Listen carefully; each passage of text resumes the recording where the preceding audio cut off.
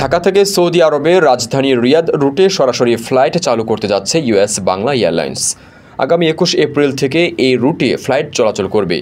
ফ্লাইটটি সপ্তাহের রবি থেকে বুধবার ও শুক্রবার 5 দিন এই রুটে চলবে। ইউএস বাংলা জানায়, ঢাকা থেকে রিয়াদগামী ফ্লাইট সপ্তাহে 5 দিন দুপুর 1:35 হজরত শাহজালাল আন্তর্জাতিক বিমানবন্দর থেকে ছেড়ে বিকাল 5:10 রিয়াদে পৌঁছাবে।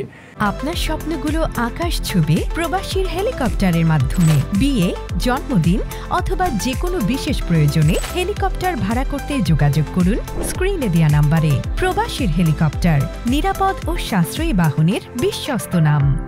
অন্যদিকে রিয়াদ থেকে ঢাকাগামী ফ্লাইট স্থানীয় সময় সন্ধ্যা 7:15 ছেড়ে পরদিন ভোর 4টায় ঢাকায় অবতরণ করবে। নতুন এই রুটটি মূলত মধ্যপ্রাচ্য প্রবাসী বাংলাদেশিদের জন্য সুবিধাজনক হবে বলে মনে করছে ইউএস বাংলা এয়ারলাইন্স। বর্তমান সংস্থাটি সৌদি আরবের জেদ্দা সহ মধ্যপ্রাচ্যে দুবাই, দোহা, মাস্কাট, আবুধাবি, শারজাহ রুটে ফ্লাইট পরিচালনা করছে।